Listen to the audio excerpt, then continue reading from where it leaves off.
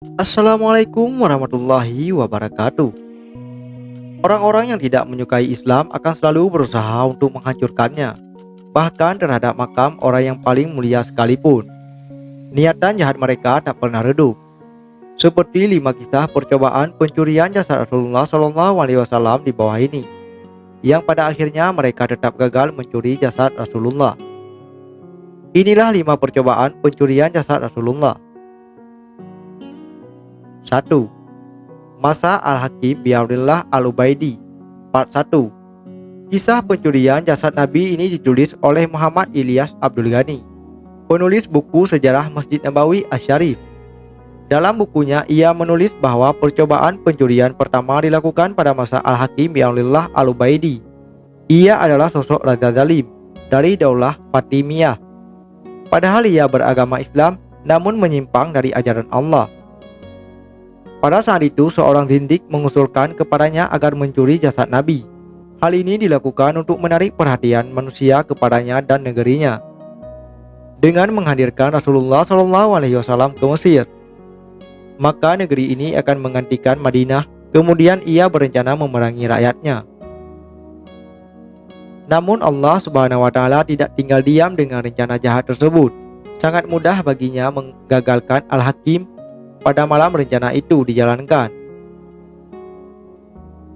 ternyata Allah mengirimkan angin ke Madinah dan hampir bumi tergoncang karena kuatnya angin itu.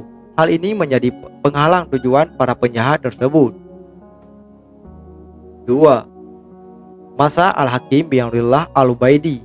Part 2. Ternyata kegagalan rencana awal tidak membuat raja yang mulai memimpin pada usia 11 tahun tersebut jera.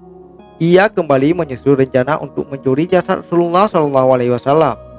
Kali ini prajuritnya mampu memasuki Madinah. Utusannya ini tinggal di dekat Al-Haram An-Nabawi. Mereka mulai menggali tanah untuk membuat terowongan menuju makam Nabi Muhammad.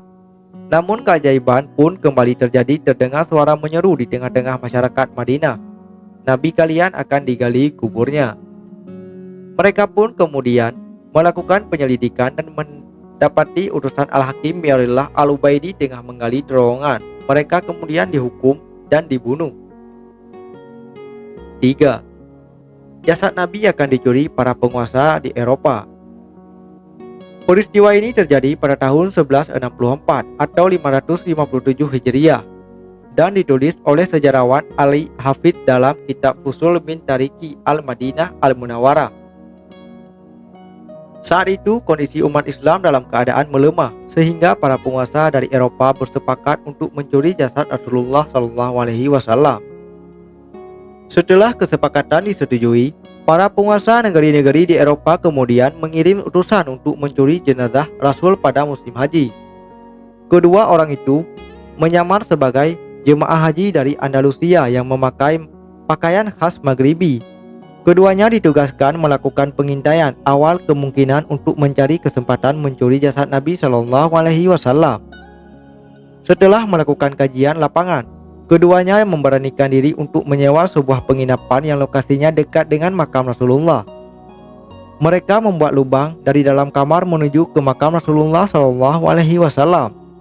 Belum sampai pada akhir penggalian, rencana tersebut telah digagalkan oleh Allah Subhanahu wa Ta'ala melalui seorang hambanya, yaitu Sultan Nuruddin Mahmud bin Zanki. Sang sultan penguasa Mesir dan Syria itu pada suatu malam bermimpi bertemu Rasulullah.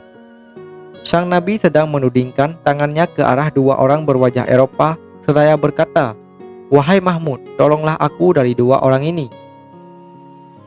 Ia terbangun dan terkejut lalu berwudu dan melanjutkan tidur. Namun ia kembali bermimpi yang sama hingga 3 kali berturut-turut. Pagi harinya ia menceritakan mimpi kepada para menteri dan berpikir bahwa telah terjadi sesuatu di Madinah. Akhirnya Sultan bersama pengawalnya berangkat ke Madinah. Sesampainya di sana, Sultan mengumpulkan seluruh masyarakat Madinah untuk mengenali wajah mereka. Ini bertujuan untuk melihat adakah wajah yang mirip dengan yang ada di mimpinya. Pada awalnya ia tidak menemukan dua wajah tersebut. Lantas Sultan bertanya, "Masih adakah yang lain?" Salah satu penduduk Madinah menjawab, "Memang masih ada. yaitu 2 orang jamaah haji dari Maroko yang mukim di sini. Mereka saleh dan kaya, sering membagi sedekah dan selalu salat berjamaah di Masjid Nabawi. Mereka merasa sudah cukup, tidak perlu ambil sedekah atau hadiah. Datanglah mereka ke sini sekarang juga, perintah Sultan. Ternyata 2 orang ini mirip dengan yang ada di mimpinya. Sultan lalu memeriksa keduanya dan mendapati rumah mereka terdapat lubang menuju makam Nabi.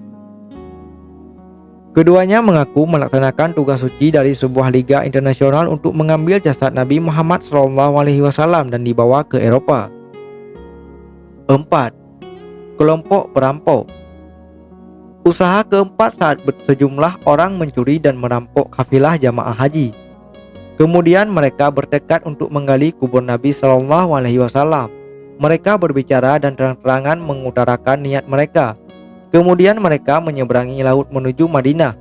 Kemudian Allah menolak serangan mereka dengan kapal yang telah disiapkan dari Mesir, Al-Iskandariyah, yang mengikuti mereka. Kemudian menangkap mereka semuanya. Kemudian menawan semua. 5. 40 orang ingin menggali makam Abu Bakar dan Umar.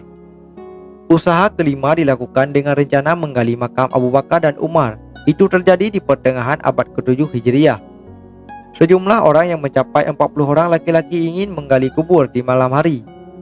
Kemudian bumi pun terbelah dan menelan mereka. Hal ini diceritakan oleh pelayan Al-Haram An-Nabawi pada saat itu. Dia adalah Syawab Al-Syamsu Al-Mati.